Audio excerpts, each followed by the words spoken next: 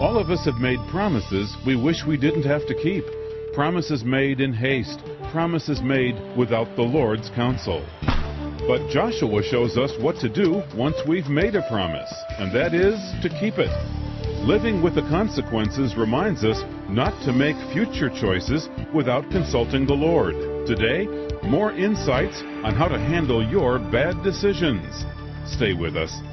From Chicago's Moody Church, this is Running to Win with Dr. Erwin Lutzer, whose clear teaching helps us make it across the finish line.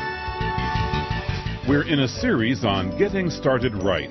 Lessons from the life of Joshua. Join us in Joshua chapter 9 as Dr. Lutzer speaks on Let's Make the Best of a Bad Decision, a decision made without inquiring of the Lord. A moment ago I was talking about buying a house, and we've never bought a house that we've regretted, but it's possible for others to do that. I heard of a couple who just absolutely loved this house. This was just their dream home. It was within their price range. It was located in the right place. And just before they signed the papers, someone else beat them to it. You know how that happens. And they were so disappointed. Lord, how can you let this happen to us, and so forth.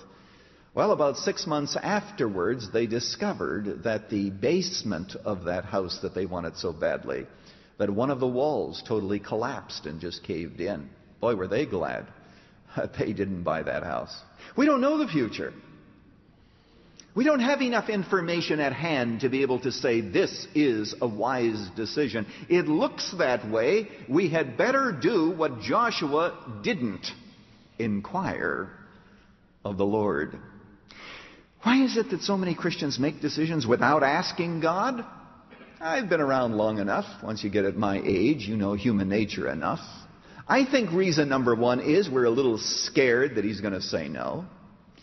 In our hearts, we say to ourselves, if I honestly submit this to God, if I really do give it, what if God doesn't give me what I want? I'd better casually say, well, Lord, you know what I'm doing, and so forth, and then just go ahead and do it. You know that old line, it's easier to get forgiveness than permission. So what you do is, you just go ahead and you do it and do your own thing. Bad idea. We are too self-confident. We do not know the future, and we do not know what wise decisions are. They should be submitted to the Lord. So Joshua's painted himself into a corner now. He's made the agreement, the assembly ratified it by an oath, and so what is he going to do? 3 days later, he discovers that he had been tricked. So does he say to himself, well, it doesn't really apply today because, these folks came under false pretenses, No. Notice what happens. 3 days after they made the treaty with the Gibeonites, in verse 16, the Israelites heard that they were neighbors, and the whole ruse falls apart. The whole assembly grumbled against the leaders, and I'm picking it up now at verse 19. But all the leaders answered, we have given them our oath by the Lord, the God of Israel, and we cannot touch them now.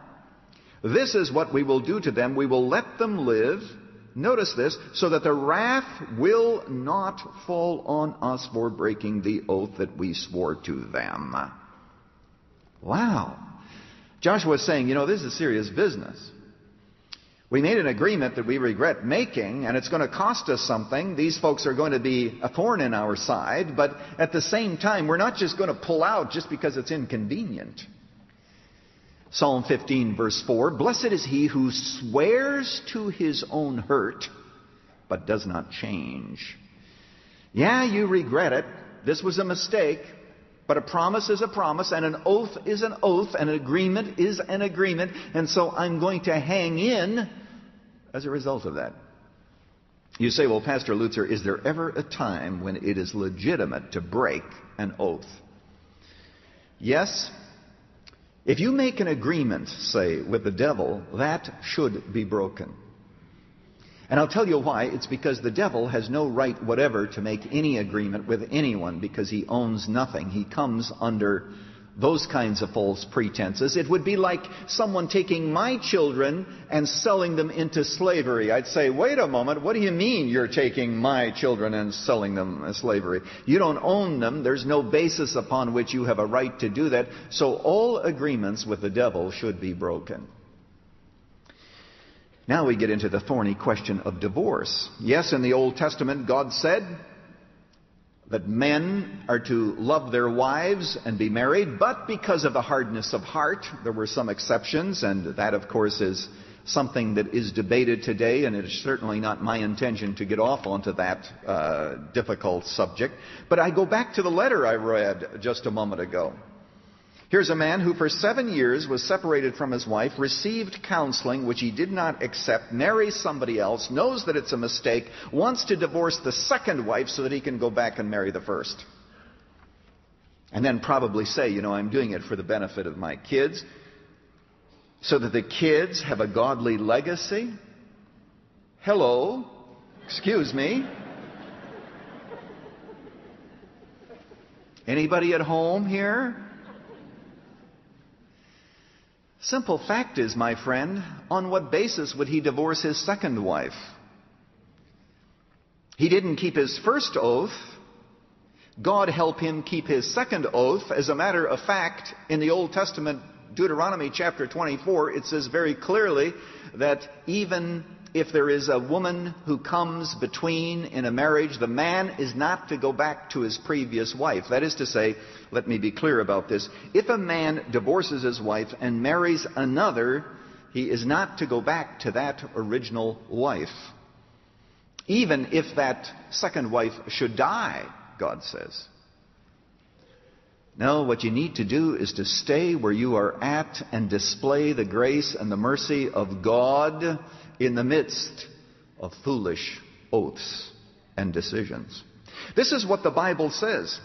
Oh, by the way, there is one other case where an oath can be broken, and that is in the Old Testament, where it says that a father can break the oath of his daughter if she makes a foolish vow. And I think that still has application today. If you have minor children who are in the home and under your authority and they make a foolish vow, you as a parent can take authority over that and break a foolish vow. But I want you to notice it says in Ecclesiastes chapter 5 verses 4 to 5, it says, "When thou vowest a vow to the Lord, defer not to pay it, because God does not